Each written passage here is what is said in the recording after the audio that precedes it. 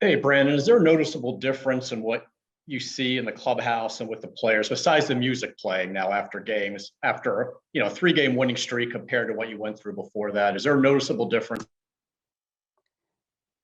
Well, I think it's just natural to be everybody be a little looser and a little more. It's a little lighter in there when you're winning, and that's just human nature. But even in our tough stretches these last few years, I've always been impressed with the guys in our clubhouse and the coaching staff kind of setting the tone and kind of a consistent mindset. Our clubhouse has always been good, but yeah, when you're winning, it tends to be a little more talkative. Music's always a little bit louder. The food always tastes a little bit better. Rich Dubroff, go ahead. Hey, Brandon, you were talking about Mountcastle last night, and now that the long ball has returned for now, do you want to see him work more on his selectivity? Because his walks are much fewer than they were last year. Yeah, I mean that's something that we talk about with him quite a bit, and I'm not talking about walks, but a little bit more selective, especially early in the count. Not chasing early in the count, which is going to lead to hitters counts, which is going to lead to walks. Just because he is, he's dangerous in the batter's box. Everybody knows that. But yeah, there's times and there's at bats where he just gets away from himself a little bit and gets a little too anxious, a little too quick. That's why I always talk about middle of the field with him and being able to stay on the ball. Just because he, when he's not going well, he just gets really, really quick and leaves the strike zone. And when he doesn't, he's got a ton of success. So yeah, just continuing to work with him on it.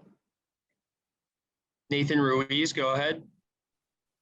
Defensively with him, obviously spent a lot more time at first base than the outfield as of late. What kind of work is he doing out there on the outfield, and how are you seeing him progress? Well, the days he's playing first, I don't have him go out there. So the days he plays first, I just have him do first base stuff. Days that he DHs or plays the outfield is the days that he gets a little extra work in the outfield. Because you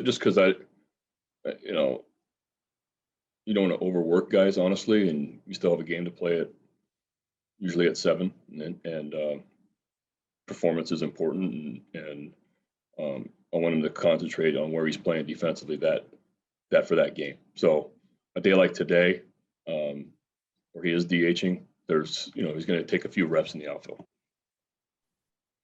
Steve Molesky, go ahead. Brandon, you mentioned that even during the losing streak, things were pretty good in the clubhouse, and obviously it picks up when you win. But player-wise, who was doing some things in there to try to keep the energy up and keep the players, pushing forward? Freddie Galvis and Trey Mancini and Matt Harvey. Guys, they were talking to a lot to our younger players. Freddie's always talking to our players, and Matt was chipping in also. And Trey's becoming a really nice clubhouse leader. So we have a nice little group there that did a good job of kind of getting our guys together, hanging out a little bit after games, which was nice to see, talking baseball. And those 3 guys are really the key guys in our clubhouse to keep the good environment. Rich Dubroff, go ahead. Brandon, after today and tomorrow, you have 2 off days, 2 games with the Mets.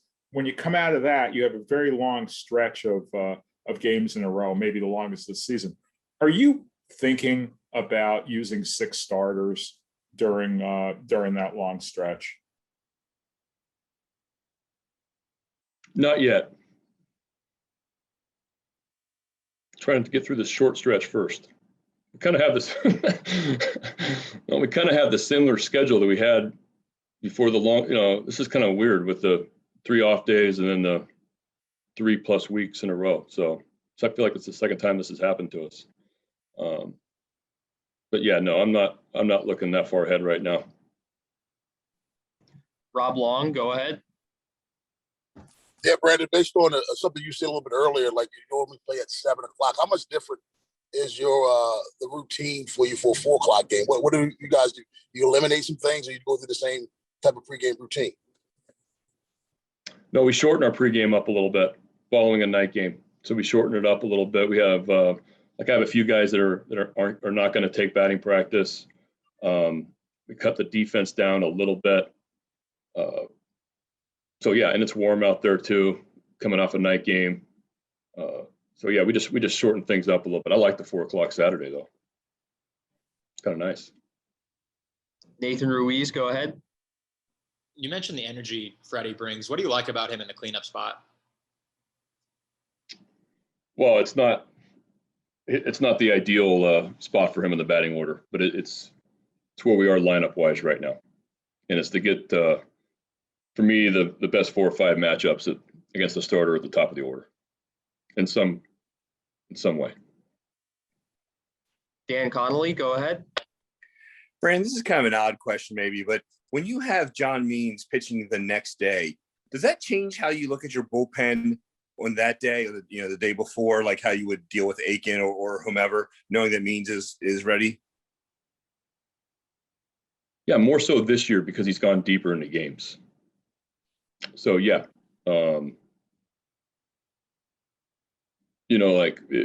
it's not so much the day before. It's more of, hey, if we need a long guy, maybe on the roster, but we have Means pitching, like you want to bank on that Means is going to go 5 or 6 at least. So he's become so reliable in that way that I don't want to jinx it, but you figure he's going to go pretty deep into the game.